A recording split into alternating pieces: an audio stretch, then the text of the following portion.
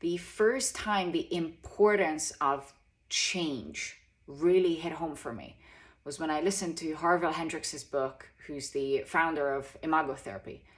And in his book, Getting the Love You Want, he explains trauma as unfinished business, as an unfulfilled promise, as an interrupted action, a heightened state of arousal, which is not just sexual arousal, but it applies the exact same way to that as well.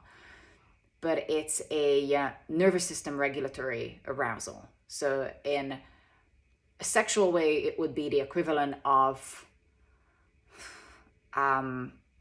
teasing cockblock blue balls. In a nervous system regulatory way, it's the same as heightened stress, no resolution, trauma imprint.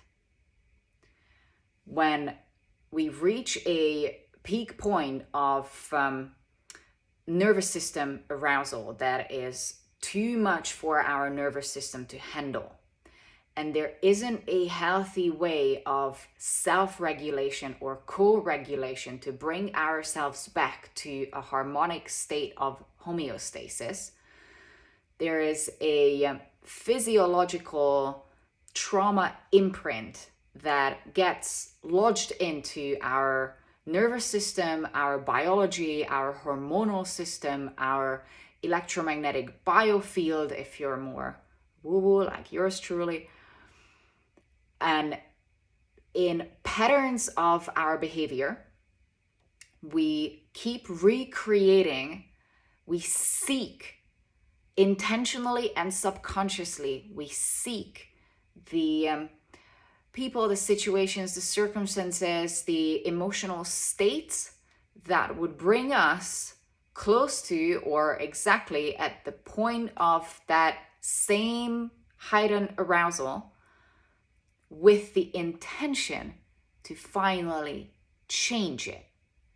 That's why we're so obsessed with the fixer-uppers. That's why we're drawn to situations where we fall in love with a person who's got the potential that we want. And we fall in love with their potential without actually understanding who they are or knowing them. The parasocial relationships are very similar in psychology to this, where we are seeking to finish unfinished business. We're seeking to resolve a heightened emotional state that we've never been able to resolve.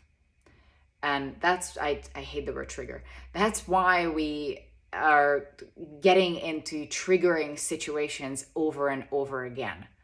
We might put our hands up and not understand why this is happening on a conscious level, but subconsciously we are cognitively biased towards seeking those situations, those circumstances that would trigger, God, I'm so full of words that I don't like, that would recreate the same emotional states that we've never been able to finish, with the intention that finally we're going to be able to change it. And usually the reason why we have to keep recreating and re-triggering and re-traumatizing ourselves, because we've never built at that heightened point, at the original initial point, we haven't had the resources, we haven't had the circumstances, the outer resources, and the emotional strength, the emotional muscles to hold it, the internal resources to resolve that situation. So we never quite learned how to healthily deal with that stress situation. What we did is developing coping mechanisms and survival mechanisms that were not the right way to bring ourselves back into homeostasis, but it was just a painkiller without actually addressing the issue.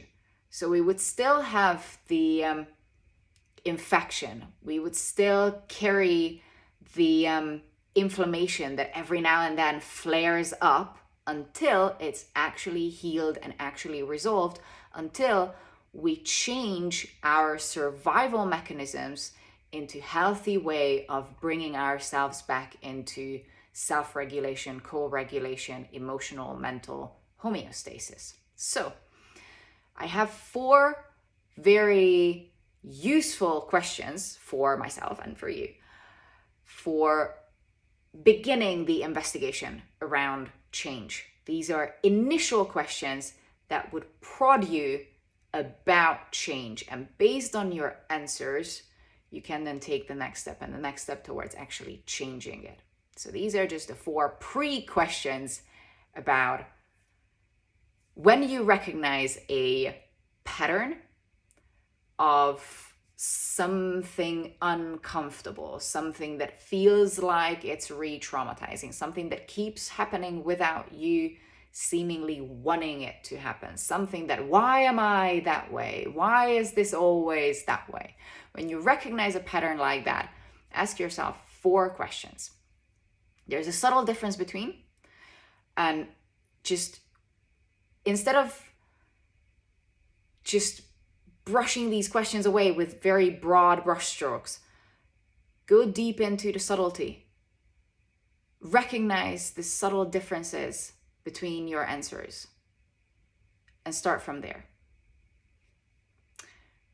Is it okay for me to change it? Do I feel motivated to change it? Is it safe for me to change it right now? Do I trust myself to change it now? And once you have the answers, the peaceful, truthful, honest answers to these 4 questions, then it's a good ground for you to start the investigation around change. Why hasn't it happened? And how can it happen from now on?